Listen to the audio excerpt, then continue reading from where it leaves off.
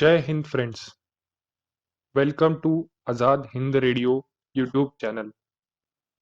Please like, share and subscribe our channel. In today's episode, we are going to see some memories of Battle of Rangoon, Imphal and Kohima.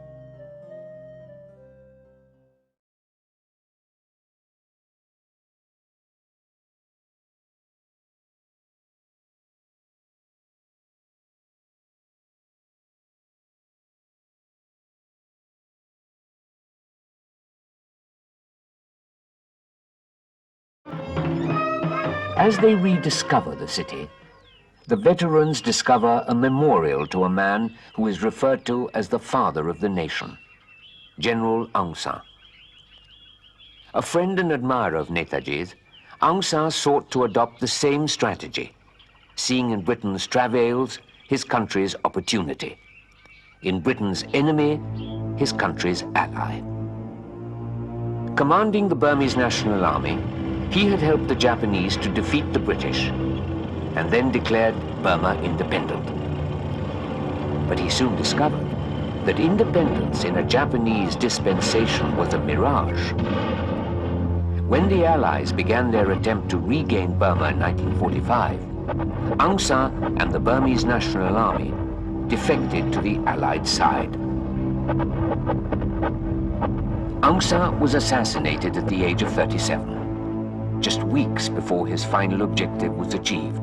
Netaji and General Aung San had established a very good relationship in Burma, and he had sent word secretly when the Burmese army decided to break their relationship with the Japanese and to contact the British. So Netaji said, after all, the Burmese army is operating on their own soil and they are independent to take whatever action they want to. But we are only using Burma as a stepping stone into going into India. So we must carry on our fight. And also, we would not like to desert the Japanese at this stage of the war. Only one request he made was that the Burmese army should not attack the INA, because there was no question of the INA attacking them, because our objective was India and nothing in Burma. And I must say that General Aung San, he kept his word, and all during the remaining of the campaign, the Burmese army never attacked the INA. As she pays homage to Aung San, father of the Burmese nation, Captain Lakshmi ruminates on the irony that today Aung San Suu Kyi, the daughter of the man who gave his life 50 years ago, so that his country may obtain freedom from foreign rule, should be engaged in a struggle to preserve that very freedom.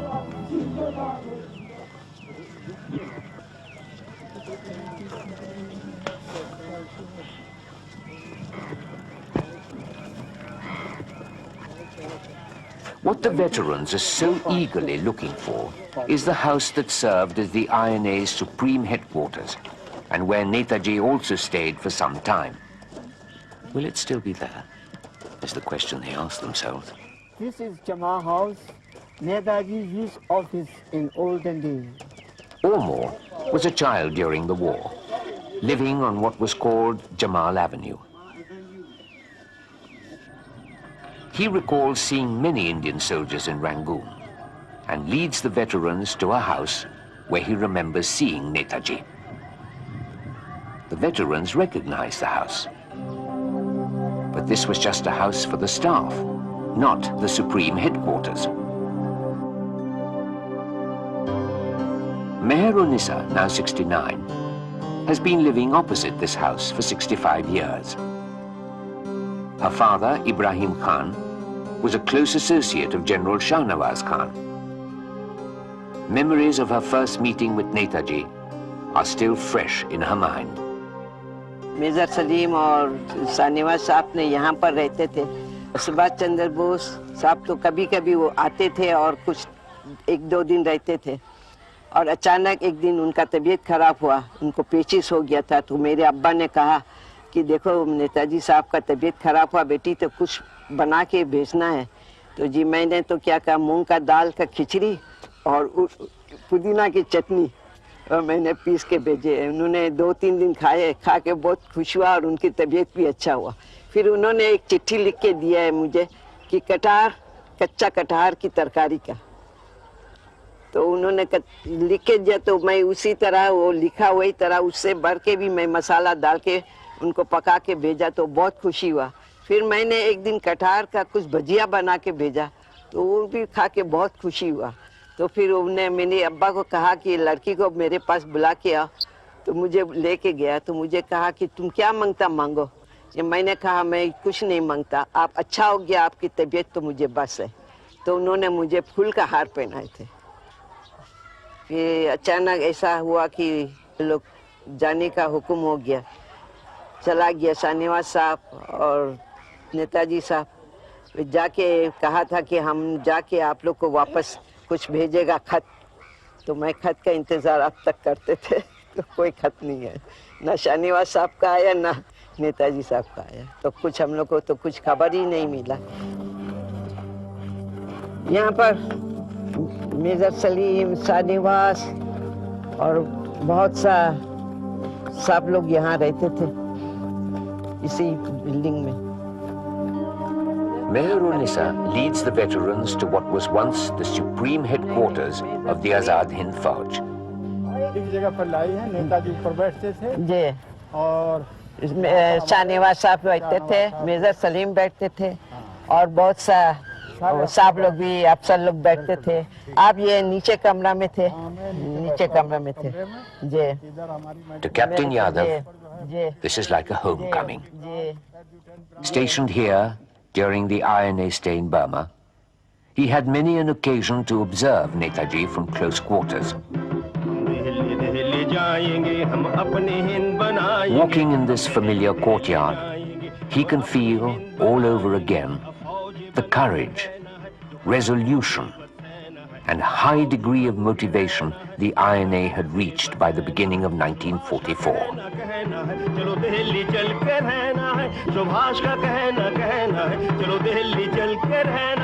The moment of truth had arrived. And on the 3rd of February, 1944, the 1st Guerrilla Regiment under General Shahnawaz began its move to the frontiers of India. The march to Delhi had begun. हम अपनी हिंद बनाएंगे, हम गोली खा के झूमेंगे, हम मौत को बढ़कर झूमेंगे, हम गोली खा के झूमेंगे, हम मौत को बढ़कर झूमेंगे। मतवाले बन आजादी के हम दरिया जंगल घूमेंगे, मतवाले बन आजादी के हम दरिया जंगल घूमेंगे। By early January of 1944, the INA had established its supreme headquarters in Rangoon, and by the end of the month, a full-scale attack was launched on 2 fronts, the Arakan and Imphal. While INA troops sped towards Imphal, Netaji established his advance headquarters at Memyo, a small town in the hills east of Mandalay. With their advance headquarters now at Memyo, the city of Mandalay became a transit center for the INA's troops.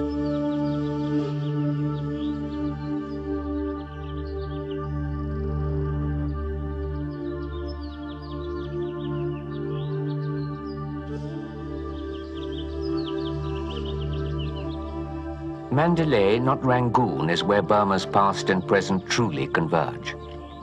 It is the historic city from where Burmese kings rule the whole country, and even now it reflects the cultural heartbeat of the Burmese people.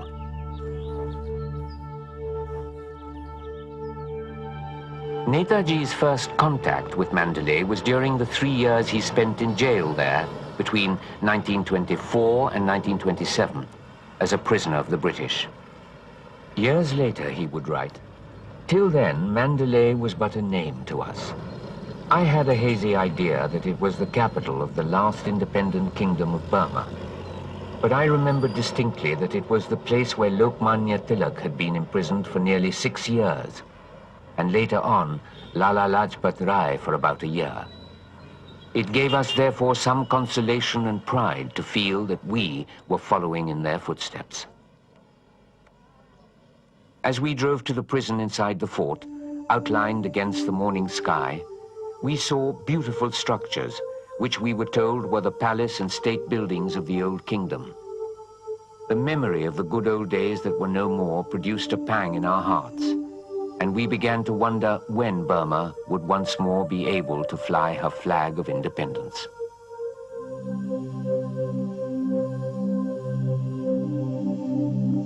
Nature's beauty and the tragic relics of Burma's history intertwine here in Mandalay.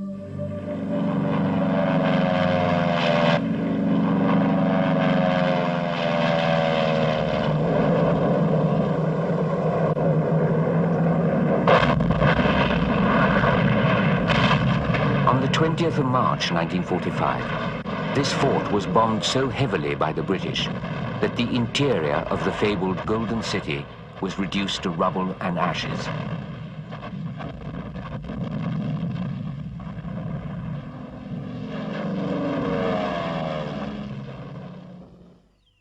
What remained was a broken shell, some walls, and a moat. Today, a replica of the once magnificent palace is all there is to remind one of Burma's past glories. Captain Lakshmi returns to this palace half a century after she first discovered it. And as she walks through the palace, she relives her days here with the women of the Rani Jhansi regiment who were on their way to Memyo. As the sound of her footsteps resound in these empty spaces, she can, even now, hear the laughter of her comrades and see the shine in their eyes, so certain were they of victory then. But through the laughter, she can also hear the cries and groans of the wounded as they were brought here from the Imphal front. In Mandalay, we were more or less confined to this fort area because going out was dangerous. The place was bristling with spies, and they had been sending messages because every time Netaji came, there was very heavy bombardment. Netaji's headquarters had been moved to Memyo because that was a very safe place, and Mandalay was so exposed. But he also expected only to stay in Memyo for a few weeks and then move on further towards the front.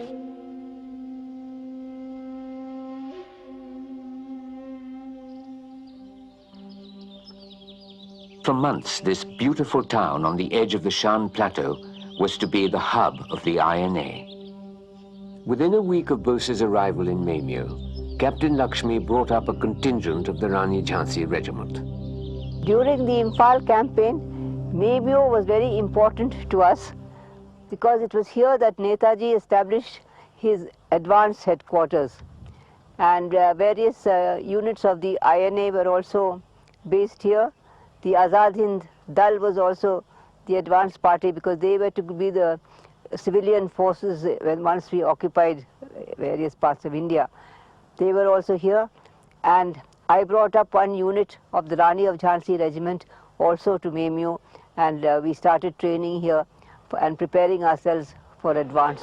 Memyo had traditionally a strong Indian population, and due to the war, most of the Burmese had fled the town and gone to various villages because they were afraid of being taken away by the Japanese to do labor, and later they were afraid of air raids.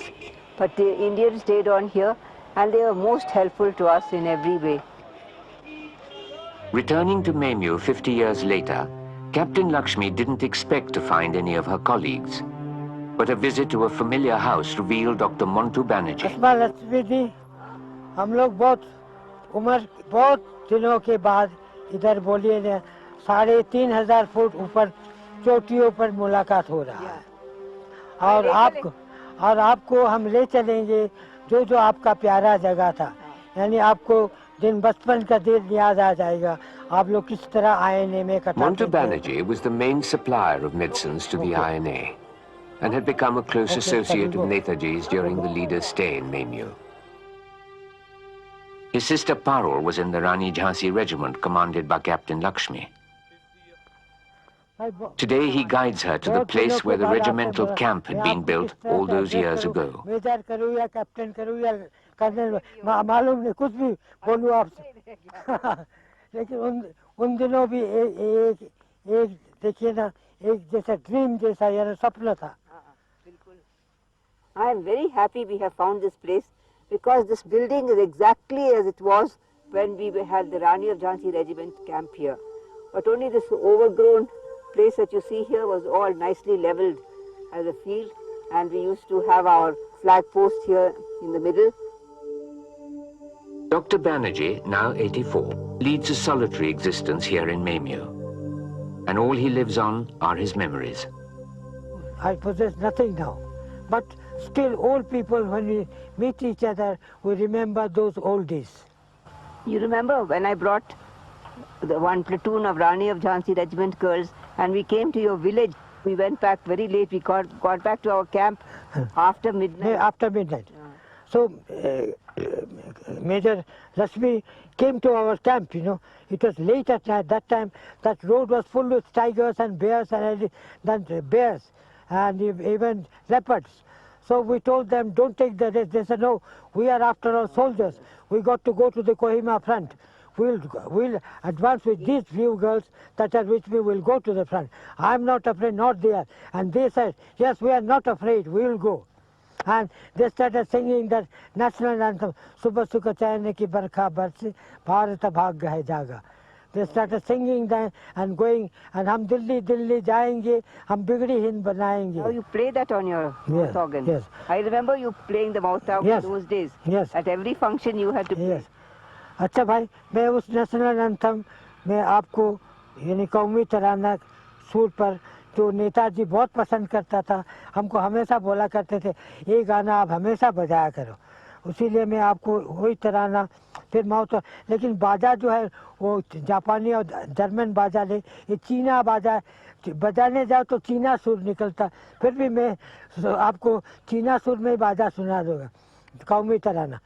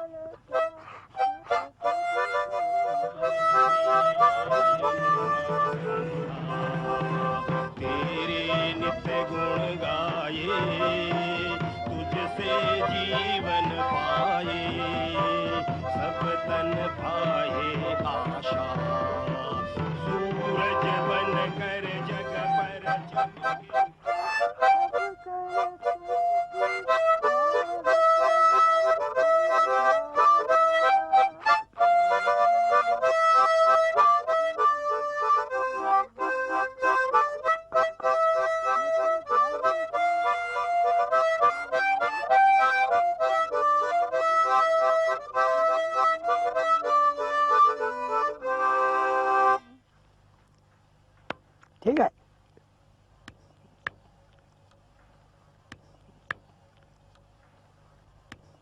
And that other song you used to sing, हम दिल्ली दिल्ली जाएंगे, हम बनाएंगे. भूल गया sir. Delhi Delhi जाएंगे हम बिगड़ी. हम दिल्ली दिल्ली जाएंगे, हम बिगड़ी बनाएंगे. सुभाष का कहना है कि हम दिल्ली जाकर रहना है. सुभाष का कहना है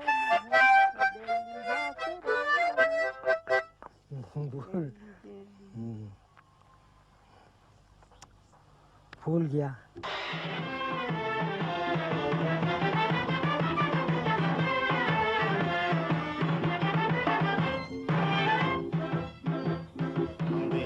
दिल्ली जाएंगे हम अपनी हिंद बनाएंगे, हम दिल्ली दिल्ली जाएंगे हम अपनी हिंद बनाएंगे, फौज बन के रहना है, दुख दर्द मुसीबत सहना. The words may be a bit rusty and parts of the refrain forgotten, but his spirit is undiminished, as strong as before.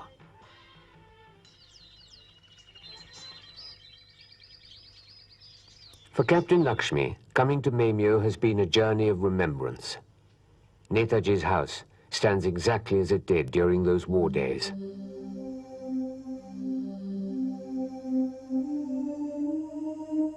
This house was privy to every fluctuation in the INA's fortunes. It was here that objectives were discussed, strategies devised, orders given, and orders taken. Here, Netaji and the INA leadership swung between euphoria and despair as news of military victories and reverses trickled in. Captain Lakshmi was a frequent visitor to this house, often participating in discussions or receiving dignitaries.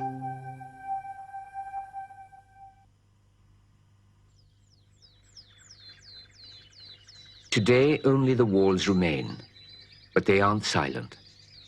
In her mind's eye, everything begins to come alive.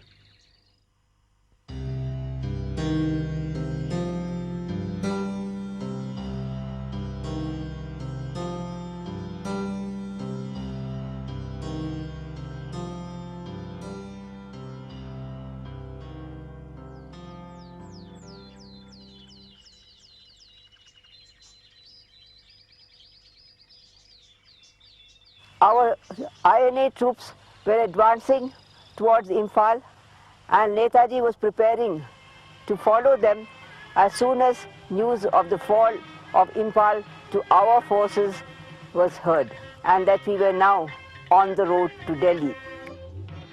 कदम बढ़ाए जा खुशी के गीत गाए जा ये जिंदगी है कौम की तो कौम पे लुटाए जा कदम कदम बढ़ाए जा खुशी के गीत गाए जा ये जिंदगी है कौम की तो कौम पे लुटाए जा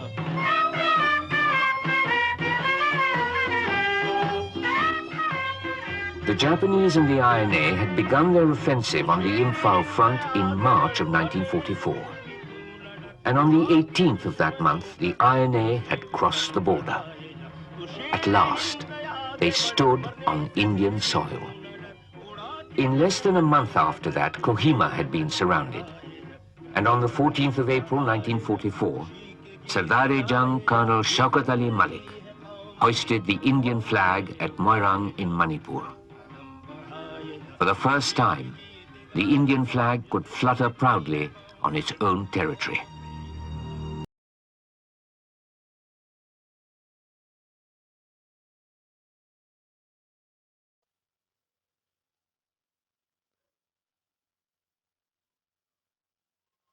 Hope you have liked our video.